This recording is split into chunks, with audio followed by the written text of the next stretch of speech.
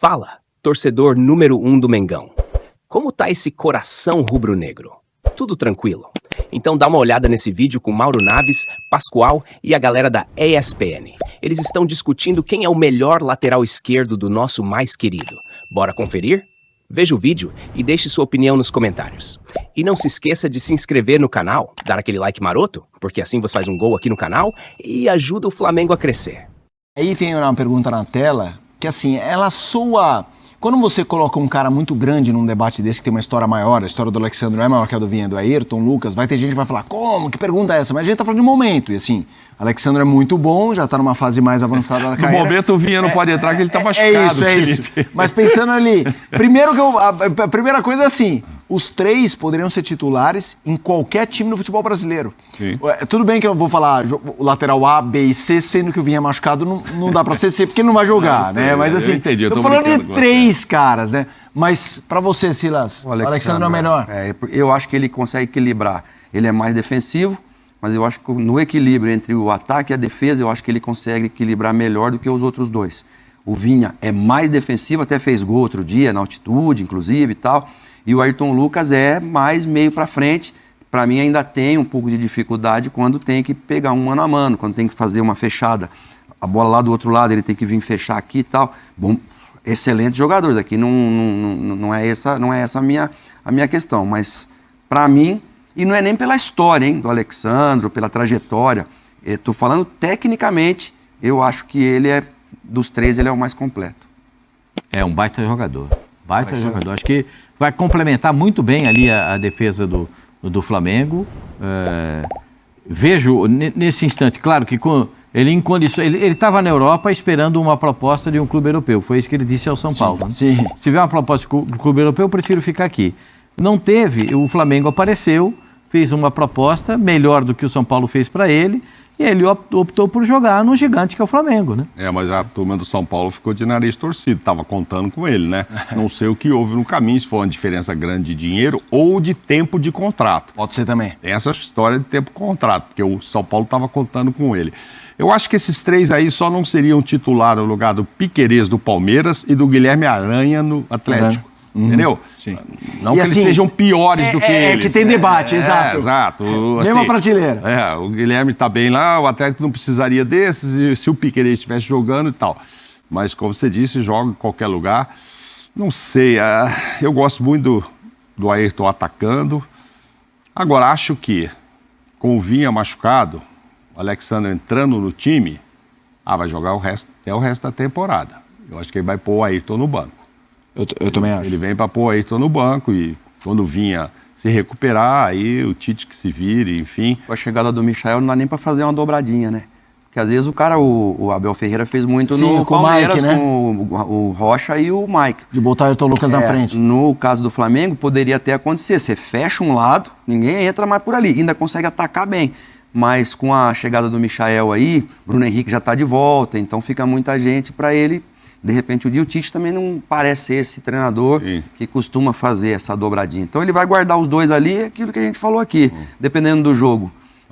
Eu acho que o Alexandre também vai ser titular. Sim. Mas aí, no decorrer do jogo e dependendo do jogo, ele puxa o Alexandre, bota o Ayrton Lucas, vamos atacar. Ainda mais sendo o Michael aberto pela ponta ou o Cebolinha, os jogadores que têm muita virtude ofensiva, você tendo um lateral que fique mais para dar essa proteção para a zaga, né? Ontem o Léo jogou de lateral esquerdo, né? E bem também, né? E bem. Não teve problema nenhum. Acabou o jogo, Mortina. Acabou o jogo, tá com câimbra. Porque jogar de lateral e de volante é duro, cara. Volante e lateral são posições no futebol que exigem muito do jogador. Essa coisa. O Léo, que jogou de volante, falou assim: nossa, como corre volante. Eu prefiro jogar na zaga, porque Léo Ortiz. Nossa, o volante corre muito, porque tem que chegar na frente, apoiar, voltar. Bernardo, que estava falando com a gente aqui, que o diga, né? Bernardão também, as pernas dessa altura aqui, ó. E desfilava, ele não corria o campo inteiro. Agora, o Flamengo mantém o mesmo. Eu acho que o Flamengo, mantém o nível com essas contratações. E acho até que quando todos estiverem à disposição, não sei se todos estarão, né, porque o Cebolinha vai demorar para se recuperar, mas eles, com os jogadores que estão no departamento médico, exceção feita ao Vinha e ao Cebolinha, que vão levar um pouco mais de tempo, quando o Pedro jogar, o Gabigol estiver pronto para jogar, aí a gente vai ter o Flamengo ainda mais estrelado. O Flamengo é um time da América do Sul, não tenho dúvida de afirmar isso. É o time que tem mais estrelas da América do Sul. Porque eu não sei se foi o Mauro que falou essa coisa do reconhecimento internacional. Assim, você vai jogar fora com o Flamengo, os caras olham e falam, caramba, eu vou jogar contra o Alexandre, que nem antes era o Felipe Luiz, e aí é Pedro, e aí é De La Cruz, são jogadores muito conhecidos. Ascaeta, né? E etc. Como diz na Argentina, jogadores de hierarquia, né? Gol, né? Olha lá. Olha lá. Veja os números. Presença no time, 42%.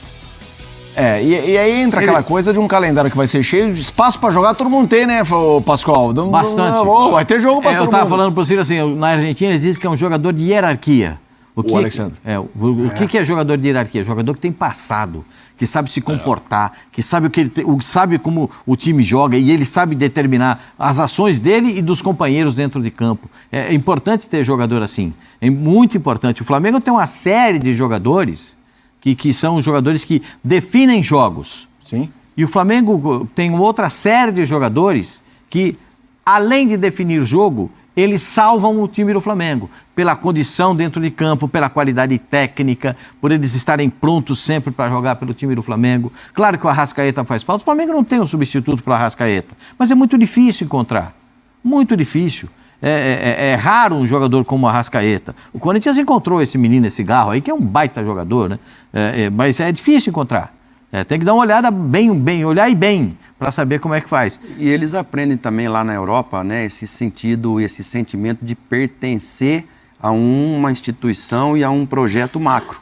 Você vê o exemplo claro disso aí, o Davi Luiz. Davi Luiz chegou, não foi bem, ficou muito tempo no banco. Qualquer outro jogador com a história dele, com aquilo que ele representa, a grana que ele já ganhou, inclusive, ele ia falar, pô, eles não me querem aqui, vou embora, vou procurar um outro lugar. Davi Luiz ficou lá quietinho, sempre trabalhando, sempre aportando a sua experiência. Aí voltou, o Tite recuperou o Davi Luiz, está de novo. É um jogador útil ao elenco. Então isso é que é legal quando o cara vai para fora. E o Alexandre, ele aprendeu muito lá, ele ficou muito tempo lá fora. Sim. Então o cara sabe o que é rodízio. O cara sabe que hoje você não vai jogar, mas tá tudo bem. Não é porque você não vai jogar porque você é pior do que o outro. Não, hoje você não vai jogar porque no meu sistema técnico, tático, hoje vai ser esse. E o jogador cresce muito. Rafinha voltou muito bem de fora. Diego Ribas, quando voltou muito bem de fora. Felipe Luiz, um dos melhores laterais do Atlético de Madrid, quando voltou muito bem. Esses que estão aí, que voltaram da Europa, olha o Michael, mesmo não tendo ido para a Europa, olha a qualidade de jogador que volta. Com alegria, com a vida arrumada. E agora ele só tem que pensar em jogar, se cuidar e jogar. E hoje eles têm muitas condições de se cuidar, inclusive de forma individual. Eles têm aquelas câmeras dentro da casa, preparador físico que mora na casa do lado. Cara, Vamos fazer o seguinte. Esse também, se for contratado, esse vamos é danado. Vamos entrar. A gente tem uma ficha técnica com uma espécie de currículo do Alcaraz, que não é o tenista, mas se for contratado... o Carlos Alcaraz. Se for contratado, já sou fã, vai ser a maior contratação, a mais cara contratação do Flamengo. Quem é Carlos Alcaraz, argentino que reforça o Flamengo? Tá para assinar, né? Esse não... O Alexandre foi anunciado, o Alcaraz está muito próximo. Idade, 21 anos. Posição, agora não falo. Meio-campista, clubes. Como profissional, o Racing. O Southampton, né, ele pertence ao Southampton, foi emprestado para a Juve, fez 12 jogos, nenhum gol, uma assistência. É um cara muito novo que foi para a Europa, isso acontece, o cara não me emplacar de cara, tem a questão da adaptação, mas o Flamengo valoriza o investimento até porque, pela pouca idade, é um cara que tem até potencial de revenda no futuro. Pascoal, você estava pegando a palavra, o que você fala sobre o Alcaraz? Eu acho...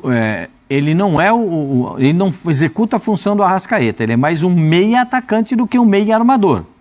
Tá. Né? Mas ele também faz essa função, ele vai voltar para ajudar, ele vai colaborar no meio campo, até porque é muito novo e ele sabe fazer isso. Agora, é dinheiro, né, gente? 122 milhões de reais é dinheiro. O Flamengo tem capacidade financeira, tem cofre para isso. É um jogador que, se você aportar todo esse dinheiro, com 21 anos, seja um jogador para você fazer mercado futuro, para aportar novamente, recuperar esse dinheiro investido, ou conquistar a tríplice coroa. Ninguém investe 122 milhões para não ganhar nada. Ninguém investe um dinheiro desse tamanho para passar em branco como o Flamengo passou no ano passado. Sim. O 122 milhões é para você ter um jogador que você fala assim, bom, a gente tem um jogador que vai definir jogo para a gente. A gente vai ter jogador que vai não só definir o jogo, mas vai criar uma instabilidade no adversário e vai criar estabilidade para o meu time dentro de campo. Então, um investimento desse tamanho, com esse aporte financeiro, o Flamengo está tentando... Eu sei que é ano eleitoral do Flamengo, eu sei que precisa dar uma satisfação para o torcedor, Sim. Isso precisa ser feito, mas a gente tem que lembrar que o Flamengo está na briga por grande coisa nessa temporada. Claro. Não dá, o Flamengo não pode passar 2 temporadas sem conquistas expressivas. Estou falando de campeonato carioca, de campeonato paulista, de campeonato baiano, de campeonato pernambucano. Eu estou falando de Libertadores da América, Campeonato Brasileiro, Copa do Brasil. Eu estou falando disso, de coisas importantes. E com esses jogadores que o Flamengo tem, a gente aponta o Flamengo como um possível... É possível ganhar a tríplice coroa com esses jogadores? Com o Alcaraz vai ficar um pouco mais simplificado. Porque ele é muito bom jogador. É um jogador longilíneo, não é um jogador pequeno, é um jogador grande, jogador que facilita o jogo para os companheiros. E jogar do lado de jogador bom só melhora o seu jogo. O Silas que eu digo, que ele melhorava o jogo de muita gente, porque ele jogava demais. Então, careca. Careca. É, Miller. É isso aí. Então, nossa, gente, vocês não sabem, assim, a gente fala assim, o Careca. Vocês não sabem o que esse cara jogava. Vocês não têm ideia do que o Careca jogava. Eu atrás do gol, eu sei o que ele jogou. E o Miller? O Miller também, eu sei o que eles jogaram. É um negócio de outro planeta. Esses caras são estratosféricos. Não dá pra gente falar, não dá pra comparar hoje com ninguém, não tem termo comparativo. Agora, o Alcaraz é um jogador que vai ser utilíssimo para o Flamengo. Utilíssimo! Tanto nessa função, quando não tiver o Arrascaeta, que uma vez por ano o Arrascaeta se machuca, invariavelmente, né? E ele se machucou de novo. Ele é demais.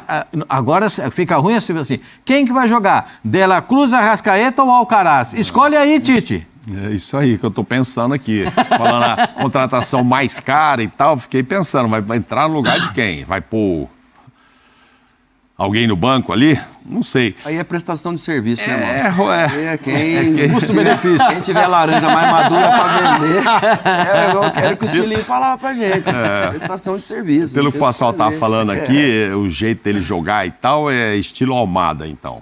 Estilo Almada. Mais Só que meia o Almada tá jogando um pouco mais aberto pelo lado do campo, entrando em diagonal. Ele é mais por dentro, Mauro. E se tiver uma bolinha esticada para ele vai lá resolver também. E custou mais ou menos, eu acho que o Almada custou isso também, 100 e tarará, né? Foi a mais cara do futebol brasileiro. O Almada é até dezembro, né? Só até dezembro. Almada esse não. Esse é para ficar. 122, 60 milhões de 20 milhões de euros. Dá parabéns para os setores de scouting dos clubes, de captação, esse pessoal que fica olhando. Tem um menino no Fortaleza que chama Kevin. Acho que ele é venezuelano. Tem 17 ou 18 anos. Foi pra cima aí no jogo. Entrou ele e o Moisés, eles mudaram o jogo contra o Rosário Central. Aí tem 2 no Botafogo. Você lembra do Bastos? Angolano. Jogando Alexander Barbosa. Você lembra dele? O Serna, que tá no Fluminense, o ponto esquerda. O Serna lembra que o ano passado jogou muito bem, inclusive. Mas o público em geral. Arias. Até chegar o Arias, aí o Fluminense ficou sem ele aí. Quando entra Thiago Silva e volta o John Arias, o Fluminense começa de novo. Então, assim, eu acho que... O Palmeiras chegou a ter Vinha e Piquerez. Próprio Almada. Então, eu acho que essa parte que a gente fala pouco, a gente, nesse momento, tem que aplaudir, porque realmente são jogadores... O Arrascaeta, até se transformar nesse Arrascaeta melhor, número 10, ele era um dos melhores depois do Zico, no Flamengo, quando ele chegou, não era... E do Cruzeiro... E a seleção uruguaia nem bola dava pra ele, hein? Começou a dar bola pro Arrascaeta agora. Fala, Mauro. Não, o Arias ficou um ano na reserva do Fluminense. Ainda tem essa história de adaptação. De repente passou a ser um jogador com a importância que foi. Dúvida, chegou, não jogava, entrava... Tava escanteado assim e tal. E aí, de repente, um ano depois, o cara cresce. Então, às vezes, o jogador chega... É natural essa história de adaptação, esperar, entender, se sentir à vontade para mostrar tudo. É que a gente está acostumado e está querendo que o cara chegue e já resolva. Alguns demoram mais. Sim. Outros, como o Michael, a gente viu, chega e já faz gol, já resolve. Enfim, mais uma. E eu acho que o Flamengo ainda está atrás de um outro atacante. Não sei se vai ficar satisfeito. só com o Alcaraz. Aí, e nessa transação aí, ele vai colocar o Vitor Hugo na parada, né? O Vitor Hugo vai e vai ser emprestado para um time, acho que da Turquia, que Por uma temporada. Que é do mesmo grupo financeiro, né? De onde está vindo o Alcaraz. Vamos fazer o seguinte, tem muito assunto ainda. Se pintar novidade do Alcaraz, tanto no tênis, porque você acompanha o melhor tênis do mundo, na ESPN e no Disney Plus, quanto no Flamengo, a gente volta a falar ainda no UFC, porque a nossa equipe está apurando se ainda hoje pode ter desdobramento, novidade de mais um anúncio envolvendo o elenco do Flamengo. Mas agora a gente traz o líder. E